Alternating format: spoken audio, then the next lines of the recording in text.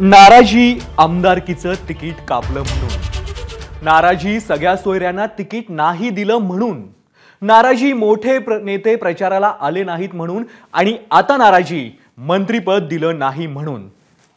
यालाच म्हणतात राजकीय शोले. चला सुरुवात करूया आजच्या भागाला.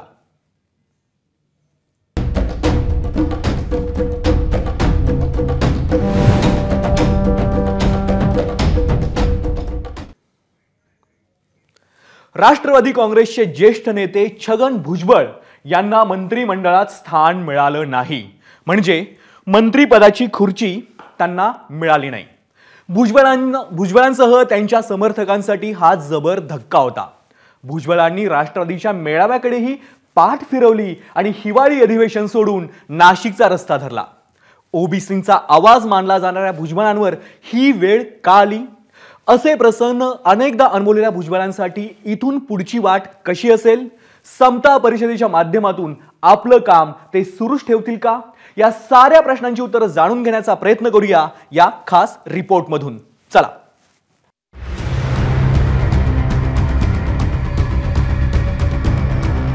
Are you upset that you did not make part of the cabinet? Yeah. I am. कुठे टायरची जाळपोळ, कुठे रास्ता रोको, तर कुठे राष्ट्रवादी काँग्रेसच्या कार्यालयासमोरच आंदोलन. नाशिक आणि येवला तालुक्यात हे सगळं सुरू आहे आणि याला कारण ठरलंय छगन भुजबळ यांना मंत्रिमंडळातून मिळालेला डच्चू. आम्ही जर भुजबळ साहेबांचा पुन्हा मंत्रिमंडळात समावेश झाला नाही तर आम्ही येणाऱ्या महानगरपालिका आणि जिल्हा परिषद त्याचबरोबर स्थानिक स्वराज्य संस्थेच्या निवडणुकांमध्ये ओबीसींनी ज्या पद्धतीने मोठ्या प्रमाणात महायुतीला मतदान केलं विधानसभेला, त्याच्या विरोधात आम्ही आमचा आवाज केल्याशिवाय राहणार नाही. छगन भुजबळ म्हणजे बाळासाहेब ठाकरेंच्या तालमीत तयार झालेले शिवसैनिक. छगन भुजबळ म्हणजे बाळासाहेब असताना शरद पवारांमुळे जोखीम घेत शिवसेना फोडून काँग्रेसमध्ये गेलेले नेते. छगन भुजबळ म्हणजे राष्ट्रवादी काँग्रेसच्या स्थापनेपासून शरद पवारांसोबत राहणारे ज्येष्ठ नेते. छगन भुजबळ म्हणजे राष्ट्रवादीत फूट पडल्यावर शरद पवारांना सोडून अजितदादांसोबत जाणारा जुना चेहरा. छगन भुजबळ म्हणजे महाराष्ट्राच्या राजकारणातील ओबीसी समाजाचा आत्ताच्या घडीचा सर्वात मोठा चेहरा.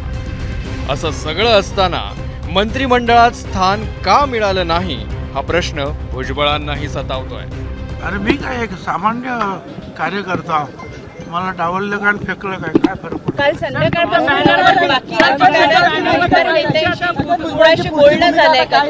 मंत्रिपद मिळत नाहीये, पुढची भूमिका काय असणार छगन भुजबळांची? असं मंत्रिपद किती वेळा आलं आणि किती वेळा गेलं? छगन भुजबळ काही संपला नाही ना. आपने अपनी पार्टी की इस बात की जिक्र किया, पार्टी का हमने अजित पवार के सामने का कुछ जरूरत नाही समजा. मग चलिए. मराठा आरक्षणाचा आगडोंब उसळला असतानाच मनोज जरांगेंना थेट अंगावर घेणारे हेच ते भुजबळ होते. एवढं करूनही मंत्रिमंडळातून डावलल्याची सल भुजबळांच्या मनात आहे. सर, जरांगे पाटलांना तुम्ही अंगावरती घेतलं संपूर्ण अशा परिस्थितीमध्ये, परंतु तुम्हाला मंत्रिपदापासून हुलकावणी दिलेली आहे. त्याचं बक्षीस मिळालं ना, त्याचं बक्षीस मिळालं ना, त्याचं बक्षीस मिळालं ना. ते मला नाही माहित त्याला कशाला काय केलं आणि काय नाही, तो आमचा प्रश्नच नाही. तो त्यांचा राजकीय प्रश्न आहे, वैयक्तिक. त्याच्याबद्दलचं आपल्याला काय माहिती नाही आणि त्याला का दिलं हे माहीत नाही आणि त्याशी आम्हाला काही देणं घेणं पण नाही. भुजबळांचे महाविकास आघाडीतील जुने सहकारी आणि आत्ता विरोधी पक्षात असलेले नेतेही या असंतोषाचा भडका कसा उडेल यासाठी प्रयत्न करताना दिसत आहेत.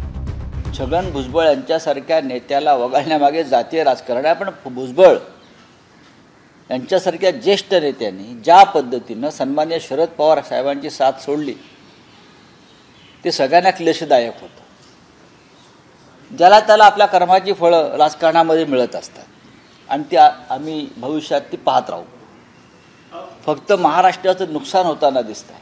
हा त्यांच्या पक्षाचा अंतर्गत प्रश्न आहे. आम्ही एकत्र असिस्तोवर साहेबांच्या बरोबरीनेच भुजबळ साहेबांचा मान सन्मान हा पक्षाने नेहमीच केलेला आहे. त्यांची सीट ही नेहमी आदरणीय पवार साहेबांच्या शेजारीच असायची. भुजबळांना जे असं उचलून बाजूला काढण्यात आलेलं आहे, वाईट वाटतं. हा नेता लढणारा नेता आहे सगळ्यांना अंगावर घेणारा नेता आहे, ही त्याची आजची ओळख नाही आहे. मला वाटतं की हो, ओबीसी असल्यामुळे त्यांचा काटा काढला. भुजबळांविरोधात अनेक गोष्टी होत्या. लोकसभा लढण्यासाठी नाशिकमधून दावेदारी करणं, त्यातून शिवसेनेचे उमेदवार हेमंत गोडसे यांच्या मनात तयार झालेला संशय, तसंच विधानसभा निवडणुकीत नांदगावमधून शिवसेना आमदार सुहास कांदे यांच्या विरोधात पुतण्या समीर भुजबळ यांना बळ देत युतीत मिठाचा खडा टाकणं, या त्यातल्या 2 गोष्टी असू शकतात. नाशिक जिल्ह्यातले 7 आमदार निवडून आलेले आहेत. मागच्या वेळेस 6 होते राष्ट्रवादीच्या वेळेस 7 आले निवडून. तर त्यातल्या 6 जणांनी असं सांगितलं, असं म्हणतात अजितदादांकडे जाऊन, की यावेळेस भुजबळांना कुठेतरी थांबवा, कारण भुजबळ जर आले तर त्यांचाच फक्त आवाज होतो, बाकी या कोणाला व्हॉइस राहत नाही. कुठेतरी त्यांनी अजितदादांनी भविष्यातलं भुजबळांचं सध्याचं वय बघता आणि सगळा त्यांना जे नवीन येत्या काळात नेतृत्व तयार करायचंय तर तोही विचार झाला असण्याची शक्यता आहे. मग झालं ना, आता काय नाही जाणार. आता मी झालो हजेरी लावून आलो. आता जाणार नाही नाही, आता नाही जाणार. आजवर जेव्हा भुजबळ अडचणीत आले किंवा मोठी लढाई लढण्याची त्यांनी तयारी केली, तेव्हा समता परिषद आणि भुजबळ समर्थक मैदानात उतरले. आत्ताही ते समता परिषदेच्या कार्यकर्त्यांशी आणि येवल्यातील जनतेशी संवाद साधून पुढील निर्णय घेतील असं सांगितलं जात आहे. त्यामुळे आता आणखी एका बंडाच्या तयारीत असणाऱ्या छगन भुजबळ यांची समजूत अजित पवार कशी काढणार हा प्रश्नच आहे. मंत्रिपद किती वेळा आलं आणि किती वेळा गेलं, छगन भुजबळ काही संपला नाही ना. नाशिकहून मुकुल कुलकर्णीसह ब्युरो रिपोर्ट, एबीपी माझा. एबीपी माझा, उघडा डोळे बघा नीट.